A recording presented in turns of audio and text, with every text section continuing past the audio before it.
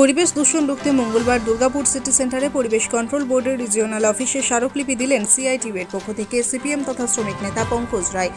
সরকারের নেতৃত্বে বায়ু দূষণ রুখতে এদিন এই কর্মসূচি নেওয়া হয়। পরিবেশ দূষণ বজায় রাখতে এই কর্মসূচি। পঙ্কজ রায় সরকার দলীয় ঝান্ডা নিয়ে দলের কর্মীদের নিয়ে রিজিওনাল অফিসে যান। সেখানে উপস্থিত পরিবেশ কন্ট্রোল বোর্ডের আধিকারিক অরূপদের কাছে অভিযোগ জানান, পাশাপাশি একটি দলের পক্ষ থেকে স্মারকলিপি দেন। পশ্চিম বর্ধমানের দুর্গাপুর থেকে নিমাই দাসের রিপোর্ট, বাংলা এমসি নিউজ।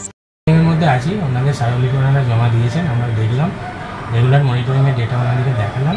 তো যেটা উনি একটা কমপ্লেন করেছেন সেটা আমরা আরেকবার দেখবো, আমরা রেগুলার মনিটরিংটা করেই থাকি।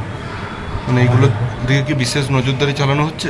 হ্যাঁ, আমরা রেগুলার মনিটরিং করি এবং যে সমস্ত নন কমপ্লাইং ইউনিট থাকে তাদের আমরা অ্যাকশন নিই, এবং সেটা কীভাবে অ্যাকশন নিই সেটা আমাদের যে পাবলিক ডোমেন আছে ওয়েবসাইট আমরা দেখিয়েও দিলাম ওনাদেরকে।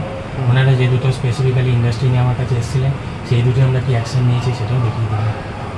ঠিক, থ্যাংক ইউ। আপনার নাম? অরূপ দি।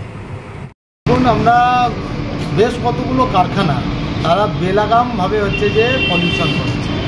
বামুনারা, তারপর হচ্ছে যে লেলিন সরণি শিল্পতালু, খয়রাসোল শিল্পতালু, সাগর ভাঙাতে হচ্ছে বেসরকারি কারখানা আছে, অমরপুর আছে, বেলাগামভাবে।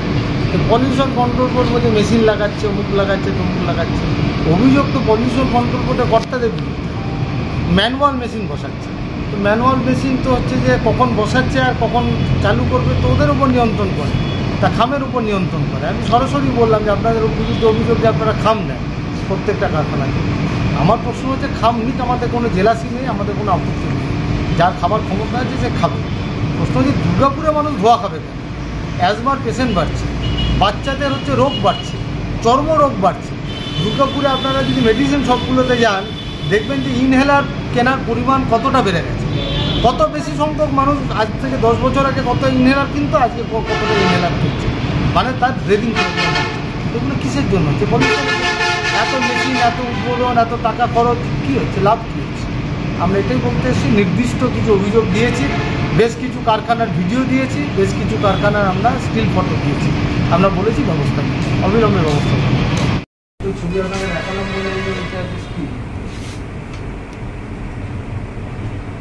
এখন হচ্ছে যে ধরুন এসপিএসে ইজেন্টের আছে, খয়রাসোলে মাঝে মাঝে চালায়।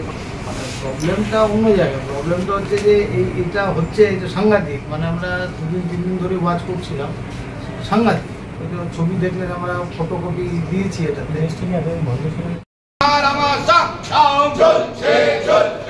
পরিবেশ দূষণের বিরুদ্ধে তোমার আমার